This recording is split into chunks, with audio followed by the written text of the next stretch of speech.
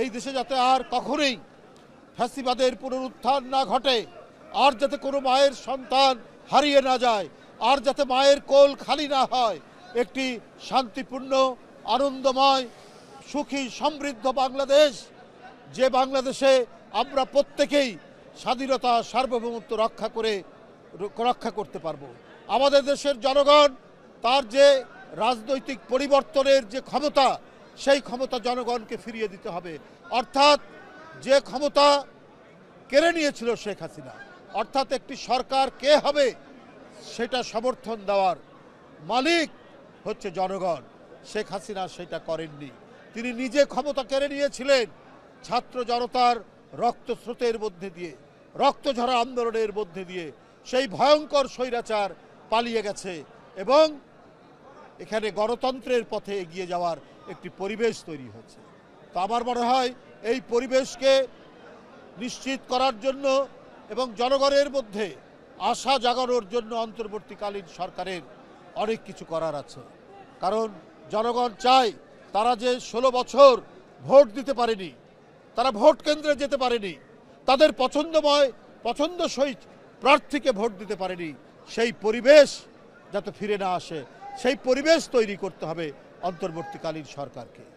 আপনার সংস্কারের নাম দিয়ে তৈরি করা, কি বলে যে এই করব, ধোঁয়াশা তৈরি করে জনগণের দৃষ্টিকে ঝাপসা করা যাবে না।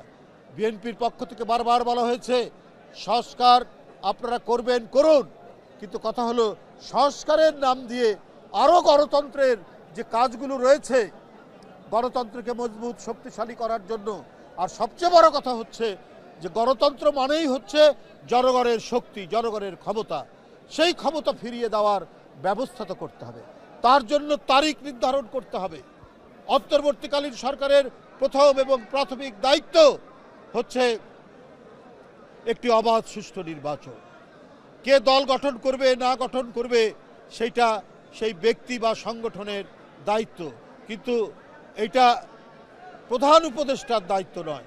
প্রধান উপদেষ্টা দীর্ঘ 16 বছরের আন্দোলনের ফলে স্বৈরাচারের পতনের মধ্যে দিয়ে গণতন্ত্রের অঙ্গীকারের যে সরকার, সেই সরকার তো হচ্ছে ডক্টর ইউনূসের সরকার।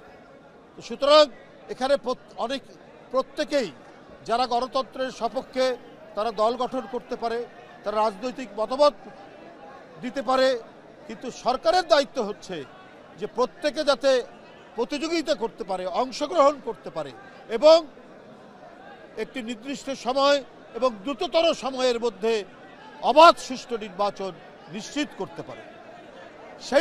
সেই অঙ্গীকার, সেই কমিটমেন্টটা তো আপনার দিতে হবে জনগণকে।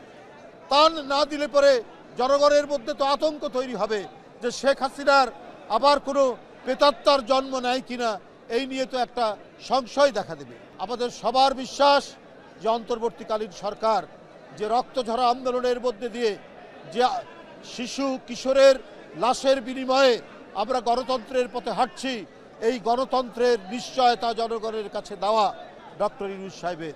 কোনো ধরনের গড়িমসির কারণে আমাদের সেই যাত্রাপথ যাতে বিঘ্নিত না হয়, সেই যাত্রাপথ যাতে কোনোভাবে তার অন্তরায় তৈরি না হয়, সেইটা করতে হবে। আজকে গণতান্ত্রিক সরকার নাই বলেই আজকে ইনভেস্টমেন্ট হচ্ছে না, আজকে বিনিয়োগ হচ্ছে না, বিনিয়োগ করতে কেউ সাহস পাচ্ছে না। কারণ অন্তর্বর্তীকালীন সরকার তো হচ্ছে একটি অন্তর্বর্তীকালীন সরকার, সাময়িক সরকার। তো সুতরাং মানুষ একটা অনিশ্চয়তার মধ্যে আছে, মানুষ একটি ধোঁয়াশার মধ্যে আছে যে কি হয় না হয়। তাই এই অনিশ্চয়তা কাটানোর জন্যও তো আপনার রাজনৈতিক সরকার দরকার। জনগণের ক্ষমতার, জনগণকে ফিরিয়ে দিয়ে জনগণের ইচ্ছার প্রতিফলন সেই সরকারে যাতে ঘটে, সেই পরিবেশ দরকার এবং জনগণের কাছে জবাবদিহিমূলক সরকার ঘটে, সেটা একটি নির্বাচিত সরকারের মধ্যে দিয়ে। তাহলে আমাদের অর্থনীতির যে আজকে অনিশ্চয়তা, অর্থনৈতিক যে সংকট, আজকে বিনিয়োগ হচ্ছে না, আমাদেরকে বেশিরভাগ এখন বৈদেশিক ঋণের উপর নির্ভর করতে হচ্ছে। আমরা অভ্যন্তরীণ সম্পদ থেকেও আমরা বিনিয়োগ করতে ভয় পাচ্ছি। আমাদের প্রতিদিন আমাদের যে জাতীয় রিজার্ভ, সেই রিজার্ভ আবার কমতে শুরু করেছে। এইটা তো একটা কালো মেঘ, দিগন্ত রেখায় কালো মেঘ দেখা দিচ্ছে। তো সুতরাং এগুলো দূরীভূত করতে হলে আমাদেরকে অবশ্যই একটি নির্বাচিত সরকারের পথে আমাদেরকে যেতে হবে। তাই বন্ধুরা আমার, আজকে জবাবদিহিতা থাকলে পরে এই যে সরকার সিদ্ধান্ত নিয়েছেন যে প্রতি সিলিন্ডার 12 কেজি গ্যাসের সিলিন্ডারের আপনার 19 টাকা দাম বৃদ্ধি করেছে, এইটা তো হতে পারে না। এটা যারা সীমিত আয়ের যারা মানুষ, যারা নিম্ন আয়ের মানুষ, যারা গরিব মানুষ, সিএনজি চালক, রিক্সা চালক, ছোট ছোট দোকানদার, তাদের উপরে তো ভয়ঙ্কর চাপ পড়বে। সুতরাং এই যে আপনার গ্যাসের সিলিন্ডারের গ্যাসের দাম যে বৃদ্ধি, অর্থাৎ যেটি গৃহস্থালিতে ঘরের কাজে যে গ্যাস জ্বালানো হয়, অর্থাৎ আপনার রান্নার জন্য যে গ্যাস জ্বালানো হয়, সেই গ্যাসের দাম যদি বৃদ্ধি হয় 19 টাকা প্রতি সিলিন্ডারে, এটা তো সাংঘাতিক ধরনের অর্থনীতির উপর একটা চাপ পড়বে, গরিব মানুষের উপর চাপ পড়বে। এটা সম্পূর্ণ অযৌক্তিক, এটা গণবিরোধী। আপনার নির্বাচিত সরকার থাকলে এই ধরনের পরিস্থিতি আপনার হবে না। আমরা গণতান্ত্রিক রাজনৈতিক দল অন্তর্বর্তীকালীন সরকারকে আমরা সমর্থন দেই, এখনও সমর্থন দেই, কিন্তু আপনার মনে রাখতে হবে আপনাদের সিদ্ধান্ত যেন গণবিরোধী না হয়, এটা গরিব মানুষ মারার কোনো সিদ্ধান্ত না হয়। সীমিত আয়ের মানুষ আরও বেশি নিপীড়িত হবে। এমনিতে প্রতিদিন নিত্য প্রয়োজনীয় জিনিসের দাম বৃদ্ধি পাচ্ছে, চালের দাম কমাতে পারেনি, যেখানে মানুষের মোটামুটি পেট ভরবে তার দাম কমাতে পারেননি, তার উপরে যদি আপনার এই সিলিন্ডারের দাম বৃদ্ধি করেন, সিলিন্ডার গ্যাসের দাম বৃদ্ধি করেন, এটা মরার উপর খাড়ার ঘা ছাড়া আর কিছুই নয়।